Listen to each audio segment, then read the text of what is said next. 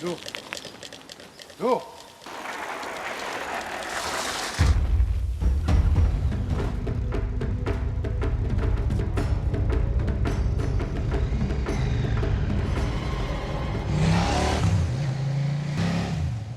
As the morning sunlight streamed through the windows, Elyas, who was living in a veteran's shelter, began his daily exercises. He had once been captured by enemy forces during the war and spent time as a prisoner, which left him with severe post-traumatic stress disorder. Even after returning home, his nerves were constantly on edge. He would wear a bulletproof vest whenever he went outside, always afraid that another attack could happen at any moment. Under intense psychological pressure, Elyas began to hallucinate.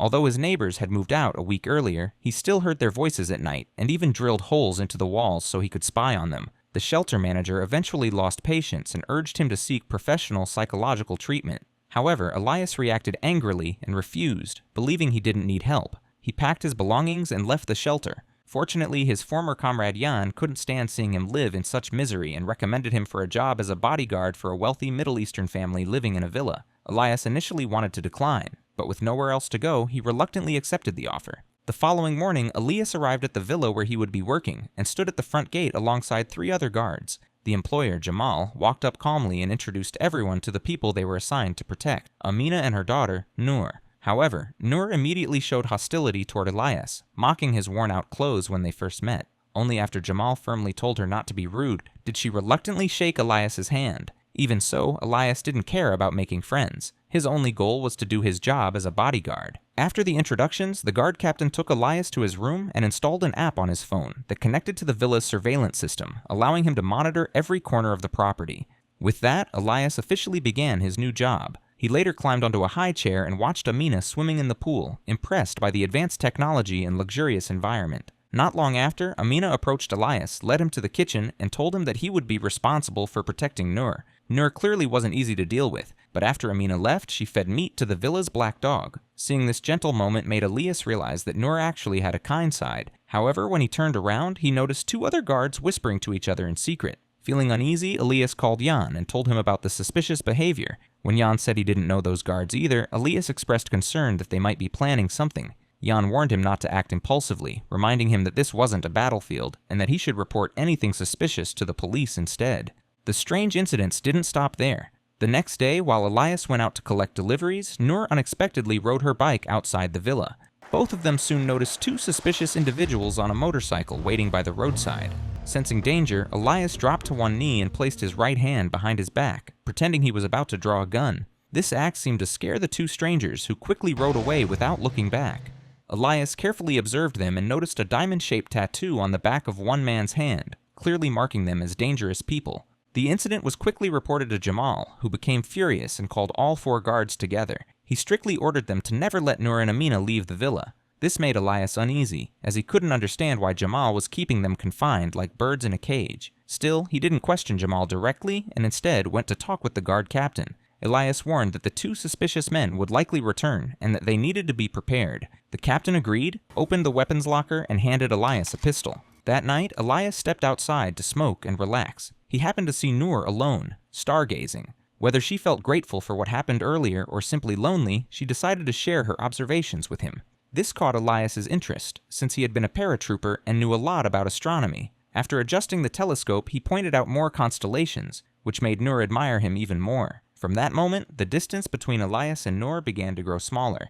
The next morning, Amina finally reached her breaking point. She no longer wanted to live confined inside the villa and wished to go into the city with her daughter to shop like normal people. Jamal immediately rejected the idea and warned her that they were not like ordinary families. However, Amina was mentally exhausted and tried to persuade him, promising that a bodyguard would accompany them. Noor also spoke up, pleading with Jamal to let them go out just once, even criticizing him for being selfish. Her words triggered painful memories for Jamal, and after some hesitation, he finally agreed. He allowed them to go shopping, but ordered Elyas to accompany them and stay close at all times. As they were preparing to leave, the guard captain confronted Elyas, asking why he had reported a motorcycle incident the previous day. According to the surveillance footage, no motorcycle had passed by the villa at all, only Elyas and Noor had been outside. The footage clearly showed this, shocking Elyas. He began to question his own memory and wondered if he had hallucinated again. Afraid that his mental condition might be exposed, he said nothing and quickly escorted Amina and Noor out of the villa. Inside the car, Noor stared out the window, fascinated by the people freely walking outside. Amina felt guilty realizing how much her daughter had suffered, but there was nothing she could do except try to make this outing meaningful. Just as they were about to enter the car, Elyas suddenly saw two men on a motorcycle approaching. He immediately drew his gun and became alert. This time, the two men stopped right beside them, clearly showing the diamond tattoo on their hands. Elyas didn't hesitate. He slammed the gas pedal and sped away. The two men chased after them, and Amina panicked, repeatedly saying that they had found them.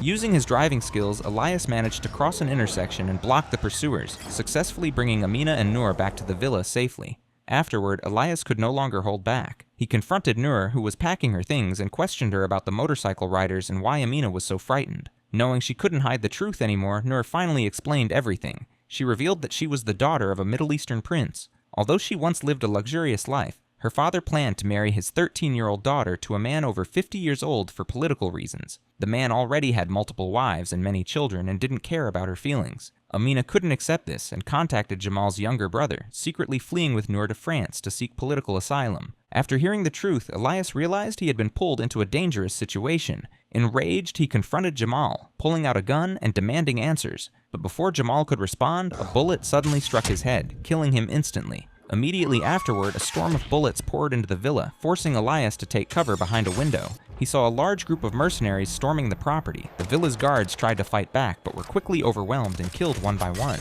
Elyas regained his composure and hid in the shadows, drawing a folding knife. In a split second, he killed a mercenary and took his rifle. When he stepped outside, he saw the guard captain shot dead. Realizing he was now on his own, he sneaked into the kitchen and shot a lone mercenary, then connected the man's walkie-talkie to his headset. He overheard that a woman had been found hiding in a closet. Elyas rushed there and killed the mercenary with a precise shot, though his hand was injured in the process. Ignoring the pain, he fired 2 more shots and rescued the terrified Amina. Just as they thought they were safe, Elyas heard through his headset that Noor had been captured. He told Amina to hide in the car and climbed onto the wall to observe the situation. He saw the mercenaries holding Noor hostage, grabbed a flagpole, jumped down, and drove it into a mercenary's shoulder, freeing Noor. He then started the car and escaped from the villa with her. However, as they entered the city, a gun suddenly appeared from a nearby car window. Elyas panicked, reversed, and continued fleeing. The chase made him furious. He stopped at an intersection, waited for the pursuers to pass, and then rammed their vehicle. His own car was also disabled, so he abandoned it, threw all 3 phones into a flower bed to prevent tracking, and took Noor onto a bus, escaping the area. As night fell, Elyas and Noor arrived at a gypsy settlement. There, Elyas met the group's leader, an old friend of his. Seeing that Elyas was injured, the man quickly treated his wounds and offered shelter to Amina and her daughter. Amina was deeply grateful and gave him some of her valuable jewelry as thanks. The next morning, however, a shocking news report appeared. Elyas was now wanted by authorities, accused of killing 3 fellow guards at the villa and stealing their property. Elyas was stunned and lost control, believing Amina had betrayed him. In a rage, he strangled her, but a woman with a shotgun intervened just in time. Amina repeatedly insisted she had not framed him, and Elyas slowly regained his composure. Still, Elyas refused to drop the matter. He began suspecting Jan and used a trick to capture him, tying him to an airplane propeller for interrogation. Jan, who had also seen the news, believed Elyas was responsible and claimed that Jamal, Amina, and Noor had safely left the villa. Hearing this, Elyas decided to take Jan back to the villa to prove his innocence. When they arrived and turned on the lights, the house was completely clean, with no signs of any gunfight. Even more disturbing, the security footage showed Elyas himself escorting Jamal, Amina, and Noor away while killing all the guards. The footage terrified Elyas and pushed him into deep self-doubt, wondering if he had lost his mind and actually committed the murders. While Elyas was spiraling, Jan noticed something strange in the footage. He slowed it down frame by frame and discovered a moment showing a dog biting a mercenary, proving that the tapes had been edited. Elyas immediately asked Jan to copy this segment as evidence to clear his name. However, Elyas still didn't understand why someone was deliberately framing him behind the scenes. To uncover the truth, Elyas and Jan decided to track down the man who had hired Elyas. They acted quickly, captured him, and tied him to a chair. At first, the man stubbornly refused to talk, but when Elyas tortured him with a heated iron, he finally broke and confessed everything. The entire plan had been orchestrated by Noor's father. After discovering his daughter was hiding in France, he hired this man to lead a mercenary team to retrieve her while avoiding diplomatic complications. The man had contacted Jan earlier to ask if there were any veterans suffering from PTSD, and Elyas, with his unstable mental state, had been chosen as the perfect scapegoat. Hearing this, Elyas became furious and demanded to know which organization the man worked for. The man remained silent and glanced toward a corner camera, making Elyas realize their location had been exposed. He told Jan to stand guard outside while he continued interrogating the man. Realizing he couldn't keep hiding the truth, the man admitted that the organization he served was highly secretive, and he only followed orders without knowing who his superiors were. He also revealed that the organization agreed to support Nur's father because the father had threatened to stop purchasing weapons, which would have caused massive financial losses worth tens of billions. Hearing that everything revolved around profit, Elyas snapped and killed the man with a knife. At that moment, 2 mercenaries arrived at their location. Jan, using his skills, hid in the darkness, silently killed one by slitting his throat, and then fought the second in hand-to-hand combat, eventually taking him down with a lamppost. Even so, Elyas realized France was no longer safe. They needed to move Amina and her daughter immediately. Jan suggested a professional smuggler who could help them cross into England, though the price would be very high. For Amina, however, money was not an issue.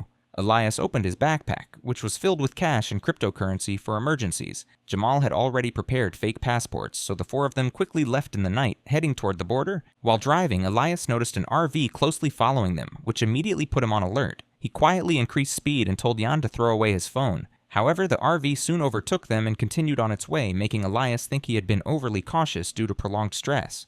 Exhausted, Elyas decided to pull over and rest by the roadside. While eating, Elyas noticed a man secretly touching his hand, which made him suspicious. He quietly followed the man and saw him board the same RV they had encountered earlier. Without hesitation, Elyas snuck inside the RV, pulled out a knife, and stabbed a woman in the hand. A brutal fight broke out in the cramped space, with Elyas fighting like a relentless warrior, using everything around him to defeat multiple enemies without hesitation. When the chaos ended, Elyas rolled up one man's sleeve and discovered a bite mark, confirming he was one of the mercenaries previously bitten by a dog. After the incident, the group continued their journey and eventually reached the border by the sea. Soon their guide arrived in a truck with a hidden forklift compartment, used to smuggle people across borders. Seeing the cramped compartment, Noor turned pale due to her severe claustrophobia. Only after Elyas promised to stay with her did she gather the courage to climb inside. Jan decided to follow behind in another vehicle. Once the compartment was sealed, they began their journey toward the Channel Tunnel. Suddenly, the truck stopped. Elyas assumed it was a customs check, but instead the hidden compartment was opened and bright spotlights shone inside.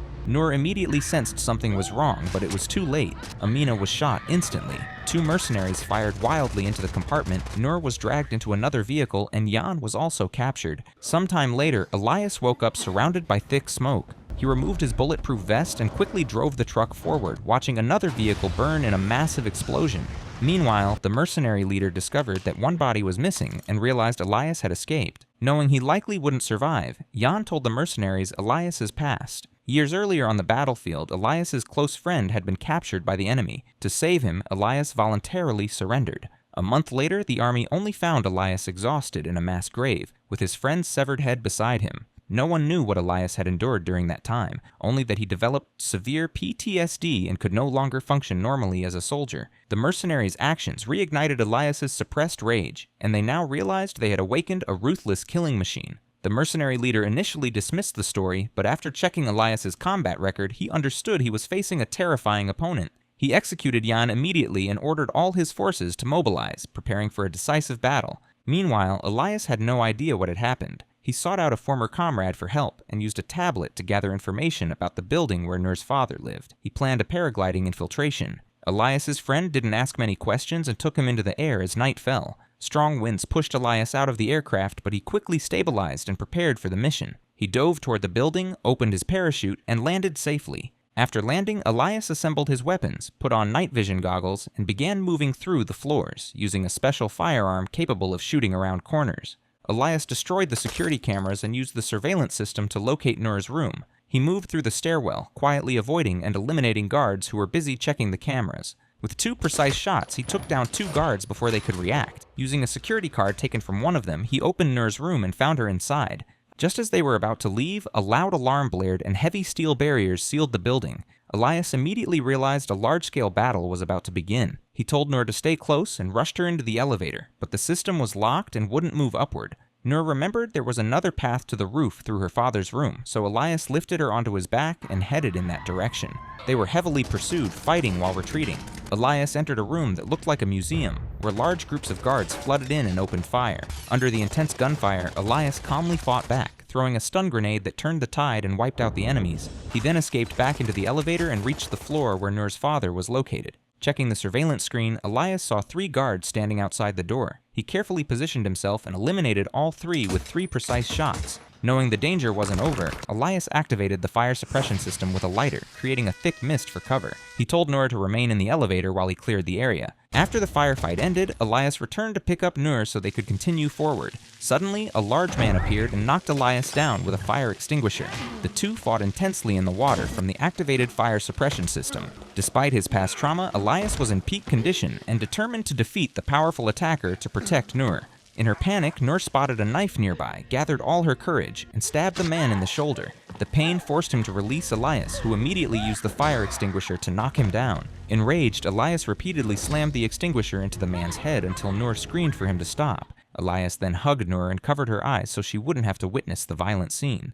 After regaining control of himself, Elyas picked up his weapons and moved with Noor toward her father's room. When he saw her father's portrait on the wall, his eyes filled with hatred and he rushed forward, intending to kill him. Noor stopped him, explaining that her father's death would cause serious political consequences. She pulled Elyas away and led him to the roof. There, Elyas put on a jetpack and fitted Noor with a protective suit. The two jumped off the building, opened their parachutes, and vanished into the night. Later, Elyas took Noor to her aunt's home in Morocco to recover. Noor released the edited surveillance footage to the public, clearing Elyas's name. She enrolled in a local school and finally began living the peaceful life she had always wanted. After dropping Noor off at the school gate, Elyas got into a taxi to complete his final mission. He climbed to the top of a tall building, used a sniper rifle, and targeted the mercenaries. 3 precise shots rang out, and that is how it ended. Make sure to like and subscribe for more videos like this, and you can find this movie in the description below or our comment section. Thanks for watching.